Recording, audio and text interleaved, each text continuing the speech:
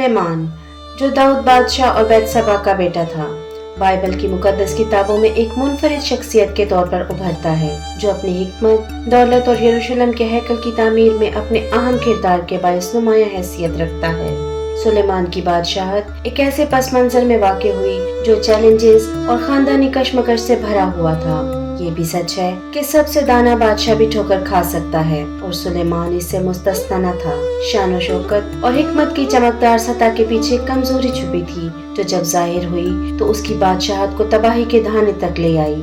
داؤد کی وفات کے بعد اس کے بیٹے دنیا نے تخت پر قبضہ کرنے کی کوشش کی، مگر ناتن نبی اور بیتسبا کی مداخلت کے باعث وہ منصوبہ ناکام ہوا اور وہی بادشاہ تخت نشین ہوا جسے خدا نے چنا تھا۔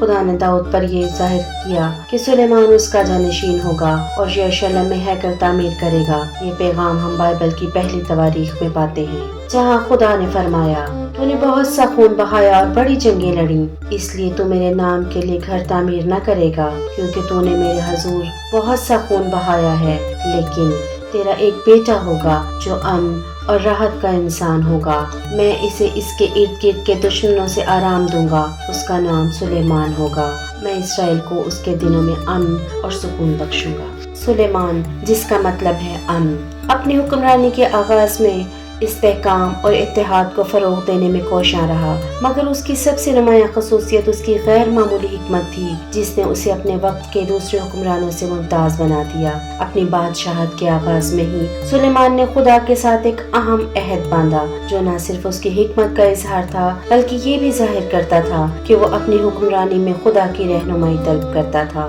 یہ اہم واقعہ جبعون میں پیش آیا جہاں سلیمان نے خدا کے حضور قربانی پیش کی اور اسی رات خدا نے خواب میں اس پر ظاہر ہو کر فرمایا، مانگ میں تجھے کیا دوں۔ سلیمان نے عاجزی اختیار کرتے ہوئے اسرائیل کے لوگوں کی قیادت کی عظیم ذمہ داری کا اعتراف کیا اور خاص طور پر اس نے خدا سے انصاف کی حکومت کرنے کی حکمت مانگی۔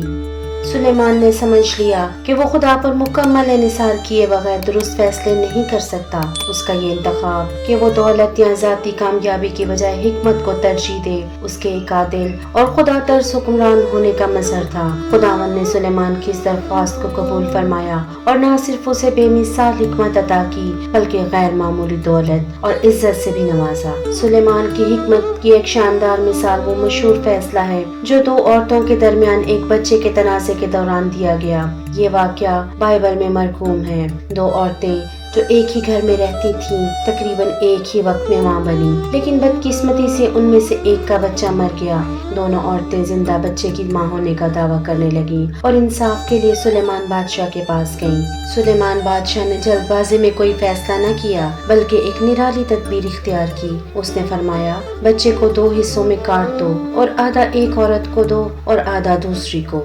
یہ سن کر اصلی ماں تڑپ اٹھی اور التجا کی، مہربانی فرما کے بچے کو قتل نہ کرو بلکہ اسے دوسری عورت کو دے دو، جبکہ جھوٹی ماں نے اتفاق کیا کہ بچے کو تقسیم کر دیا جائے۔ سلیمان بادشاہ نے فوراً حقیقت جان لی اور حکم دیا کہ بچہ حقیقی ماں کو دیا جائے، کیونکہ وہی ماں تھی جو اپنے بچے کی جان کی پرواہ رکھتی تھی۔ حکمت کے ساتھ ساتھ سلیمان بادشاہ کی ایک اور بڑی کامیابی یروشلم کے عظیم ہیکل کی تعمیر تھی جو اسرائیل کے روحانی مرکز کی حیثیت رکھتا تھا۔ اس منصوبے کی بنیاد اس کے والد داؤد نے رکھی تھی، مگر اسے پایہ تکمیل تک پہنچانے کا اعزاز سلیمان بادشاہ کو حاصل ہوا۔ بائبل میں اس کی تعمیر کی تفصیلات باقاعدہ تفصیل سے بیان کی گئی ہے، جہاں لبنان کے دیودار کی لکڑی اور خالص سونے سے بنے زیورات کا ذکر ہے جو سلیمان بادشاہ کے خدا کے لیے احترام اور عقیدت کا مظہر تھے۔ ہیکل کے لیے منتخب جگہ کوہ موریا نہایت مقدس تھی، کیونکہ یہی وہ مقام تھا جہاں ابراہیم نے خدا کے حکم پر اپنے بیٹے اسحاق کو قربان کرنے کی تیاری کی تھی۔